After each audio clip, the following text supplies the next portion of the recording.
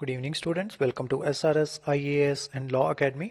आज की जो हमारी करंट अफेयर की क्लास होगी वो साइंस एंड टेक से रिलेटेड होगी और आज का जो हमारा टॉपिक है वो Asian conference on diarrhoeal disease and nutrition के ऊपर है। इसकी जो 6th मीटिंग जो है वो रिसेंटली कंडक्ट करवाई गई है कोलकाता में। तो देखते हैं ये न्यूज़ में क्यों है। The union minister addressed 16th Asian conference on diarrhoeal disease and nutrition at Kolkata. Delegates from India and other Southeast Asian countries, African countries, US, European countries joined the conference virtually। ये conference जो है बाकी countries के जो delegates जो थे उन्होंने भी इस कॉन्फ्रेंस को वर्चुअली अटेंड किया। अब की हाइलाइट्स देख लेते हैं कि इस कॉन्फ्रेंस में क्या क्या बातें जो हैं वो की गई हैं। सबसे पहले देखते हैं जो थीम था वो इस कॉन्फ्रेंस का थीम क्या था। तो थीम नोट डाउन कर लेना आप। थीम है prevention and control of cholera, typhoid and other enteric disease in low and middle income countries through community participation beyond the SARS-CoV-2 pandemic। तो ये सारा जो था ये इसका थीम था। इसका जो मेन फोकस था वो लेटेस्ट इशू जो है इन्फेक्शन का, nutrition policy and practice during the road map to end cholera by 2030। तो जो इसका मेन फोकस था वो ये था कि हमें जो कॉलरा जो है उसको बाय 2030 पूरे तरीके से खत्म कर देना है। कॉलरा वैक्सीन डेवलपमेंट की, कॉलरा की जो वैक्सीन है उसको डेवलप करना है and rapid diagnosis temporarily perspective of anti microbial resistance of enteric bacteria, new initiatives and challenges, enteric bacteria infections including Shigella sap, epidemiology, burden and vaccine against other oral infections including hepatitis, lesson learned about the diarrheal research during the COVID pandemic। तो इसका जो main focus इसका यही है कि जितनी भी जो आपकी एंट्रिक डिजीज जो है या आप कह लो कि जो बैक्टीरियल डिजीज जो है उनको किसी ना किसी तरीके से हमें खत्म करना है। और जो मेन फोकस है वो ये है कि हमें जो कॉलरा है उसको कंप्लीटली बाय 2030 जो है उसको रिमूव कर देना है। उसके अलावा Indian initiative under digital India initiative such as online registration system, e hospital for hospital management, e Sanjeevani telemedicine app were highlighted. तो इन तीनों की जो बात जो है जो की हाइलाइट्स थी आपकी इस कॉन्फ्रेंस की, उसमें इन तीनों की बात की गई। किस किस की? Online registration system, e hospital और ई संजीवनी टेलीमेडिसिन ऐप, इन तीनों की बात की गई। अब देखते हैं डायरियल डिजीज जो होती हैं वो कौन कौन सी डिजीज जो होती हैं वो डायरियल डिजीज होती हैं और किस तरीके से ये जो आपकी डायरियल डिजीज जो है किस तरीके से फैलती हैं, इनको किस तरीके से प्रिवेंट किया जा सकता है। तो सबसे पहले देखते हैं डायरियल डिजीज के बारे में। Diarrhoea is defined as the passage of 3 or more loose or liquid stools per day. अगर आपको जो है स्टूल जो है 3 या 3 से ज्यादा बार जो है आपको लिक्विड स्टूल जो है वो आ रहा है या लूज स्टूल आ रहा है तो उसको जो है डायरिया की कैटेगरी में रखा जाता है। The most fear threat posed by diarrhoea is dehydration. इसमें सबसे ज्यादा खतरा जो होता है वो डिहाइड्रेशन का होता है, क्योंकि जो आपका जो वाटर होता है ड्यूरिंग डायरियल एपिसोड जो आपका वाटर और जो आपके इलेक्ट्रोड्स जो होते हैं आपकी बॉडी में वो खत्म हो जाते हैं या वो लूज कर देते हो आप इसमें आपके स्टूल्स में या वॉमिट में या स्वेटिंग में या यूरिन में या ब्रीदिंग में। ठीक है, तो इस वजह से सबसे ज्यादा खतरा डिहाइड्रेशन का रहता है। Dehydration occurs when these lose our not replaced. अगर ये जो आपके लूज मोशन जो है अगर उनको रिप्लेस ना किया जाए या उनको उनको जो है प्रिवेंट ना किया जाए तो जो डिहाइड्रेशन है उसका होने का खतरा जो है और बढ़ जाता है। कुछ स्टैट्स जो है वो देख लेते हैं। Diarrhoeal disease is the second leading cause of death in children under the age of 5। जो बच्चे जो है उनमें जो सबसे ज्यादा डेथ के जो कारण होते हैं उसमें जो सेकंड मोस्ट है वो आपकी डायरियल डिजीज है।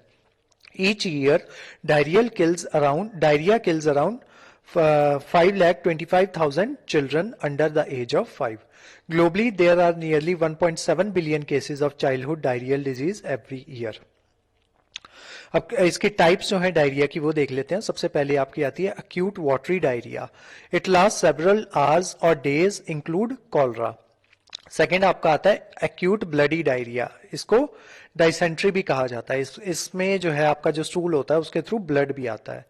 थर्ड होता है आपका परसिस्टेंट डायरिया, ये इट लास्ट 14 और लॉन्गर डेज। अगर आपका डायरिया जो है वो 14 दिन से ज्यादा जो है लास्ट कर रहा है तो उसको परसिस्टेंट डायरिया कहा जाएगा। नेक्स्ट देखते हैं इसके कॉजेज। इसके कॉजेज होते हैं, सबसे पहले आता है आपका infection. Diarrhoea can be cause by bacterial infection. अच्छा, ये बात आपको याद रखनी है कि जो डायरिया है वो बैक्टीरिया की वजह से कॉज होता है। आपसे जनरली ये सवाल जो है वो पूछ लिया जाता है कि कौन सी बीमारी जो है किस वजह से कॉज होती है। जैसे डायरिया जो है ये एक बैक्टीरियल डिजीज है, जैसे आपका कोल्ड एंड कफ जो है वो वायरल डिजीज है। ठीक है, तो ये आपको पता होना चाहिए कि कौन सी डिजीज जो है बैक्टीरियल है, कौन सी वायरल है। Diarrhea can be caused by bacterial infections such as cholera and typhoid or by viral and parasitic organisms. ठीक है, ये बैक्टीरिया के थ्रू भी कॉज हो सकता है और वायरस के थ्रू और पैरासिटिक ऑर्गेनिज्म के थ्रू भी ये कॉज हो सकता है। Most of which are spread by faeces contaminated water. जो ऐसा वाटर जिसमें जो फीसिस की कंटेमिनेशन जो है वो है, उसके थ्रू इसका जो इन्फेक्शन जो है डायरिया की वो फैल सकती है। सेकंड कॉज देखते हैं इसका। सेकंड कॉज है malnutrition. Children who die from diarrhoea often suffered from underlying malnutrition. Generally जिन बच्चों की डेथ होती है डायरिया में, वो जनरली पाया गया है कि वो माल न्यूट्रिशन का शिकार होते हैं। थर्ड है कंटेमिनेटेड फूड एंड वाटर।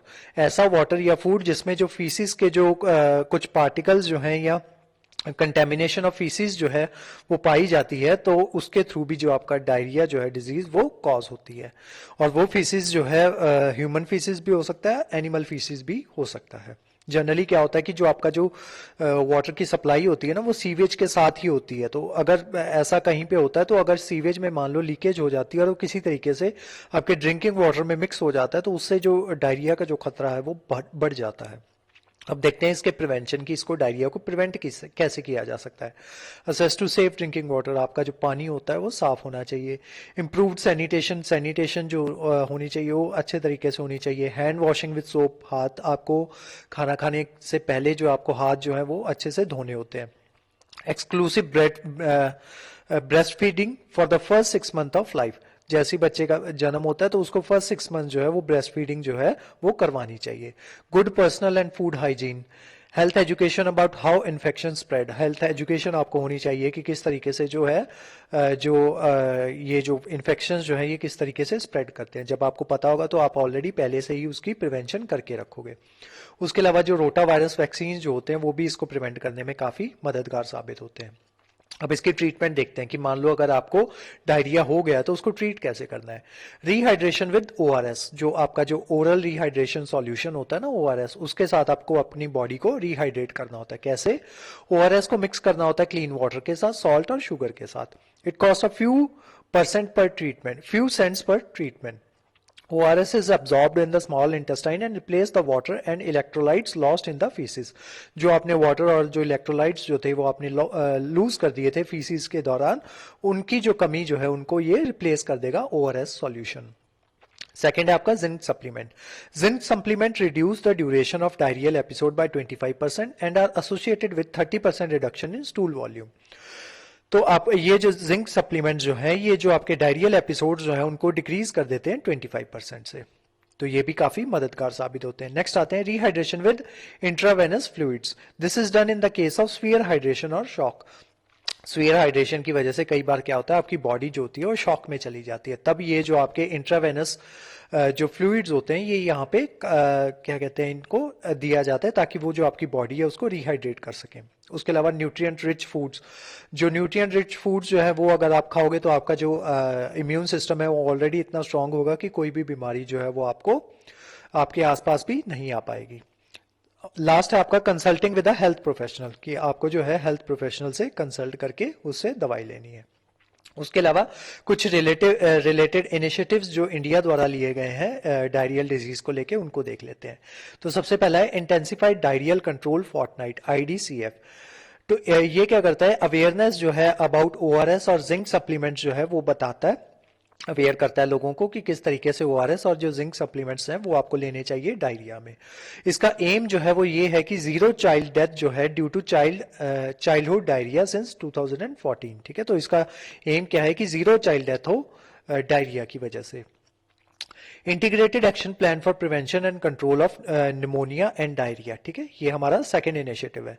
ये 2014 में इसको स्टार्ट किया गया था, ताकि इसको स्टार्ट करने का रीजन ये था कि ये कोलैबोरेटिव एफर्ट था towards prevention of diarrhoea and pneumonia related under 5 deaths, ठीक है। तो जो अंडर 5 एज जो बच्चे जो होते हैं जिनकी डेथ हो जाती है निमोनिया और डायरिया की वजह से, उस डेथ को प्रिवेंट करना इसका जो है मेन मोटिव था। Integrated action plan for preventive and control pneumonia and diarrhoea. Third देखते हैं यूनिवर्सल इम्यूनाइजेशन प्रोग्राम। तो इसको लॉन्च किया गया था 1985 में, and it to prevent mortality and morbidity in children and pregnant women against 12 vaccine preventable disease, कि ऐसे डिजीज जिनको वैक्सीन द्वारा प्रिवेंट किया जा सकता है, एटलीस्ट उन डिजीज की वजह से किसी की भी डेथ जो है वो ना हो। यही इसका मेन मोटिव था यूनिवर्सल इम्यूनाइजेशन प्रोग्राम का। नेक्स्ट देखते हैं social awareness and action to neutralize pneumonia successfully campaign, ठीक है। तो इसका नाम था SAANS campaign. It seeks to reduce child mortality due to pneumonia which contribute to around 15% of death of children under the age of 5 annually. हर साल जो है 15% जो डेथ्स जो है बच्चों में अंडर द एज ऑफ 5 वो कॉज होती है निमोनिया की वजह से। तो वो जो डेथ जो है उनको रिड्यूस किया जा सके, चाइल्ड मोर्टेलिटी जो है उसको रिड्यूस किया जा सके, यही जो है इसका मेन फोकस था सांस कैंपेन का। उसके अलावा रोटा वायरस वैक्सीन ड्राइव, इसको 2019 में गवर्नमेंट ऑफ इंडिया द्वारा लॉन्च किया गया था। ये रोटा वायरस वैक्सीन ड्राइव को across all states and union territories, her state और यूनियन टेरिटरी में इसको लॉन्च किया गया था। तो आज की जो हमारी क्लास थी वो यहीं तक थी। इस क्लास के जो नोट्स हैं वो आपको सेंड कर दिए जाएंगे हमारे टेलीग्राम चैनल पे, और हमारे जो वेरियस व्हाट्सएप ग्रुप्स जो हैं वहाँ पे भी इसके नोट्स हैं वो सेंड कर दिए जाएंगे। और आज से हमारी जो है नया बैच जो है जुडिशरी का और यूपीएससी का वो हमने स्टार्ट कर दिया है। तो आज से हम जो है पॉलिटी की क्लास जो है वो लगा करेगी। इसके 3 लेक्चर जो हैं वो ऑलरेडी अपलोड कर दिए गए हैं एज डेमो क्लास, तो वो भी आप देख सकते हो। उनका जो लिंक है वो यहाँ पे डिस्क्रिप्शन बॉक्स में आपको डाल दिया जाए, सॉरी जो आपकी स्क्रीन है वहाँ पे आपको शो हो जाएगा। तो डेमो क्लासेस आप वहाँ से देख सकते हो। और इन दोनों कोर्सेज के बारे में अगर आप किसी भी तरीके की इन्फॉर्मेशन लेना चाहते हो तो आप स्क्रीन पे दिए नंबर पे कांटेक्ट कर सकते हो। तो आज की जो क्लास थी वो यहीं तक थी। Thank you so much.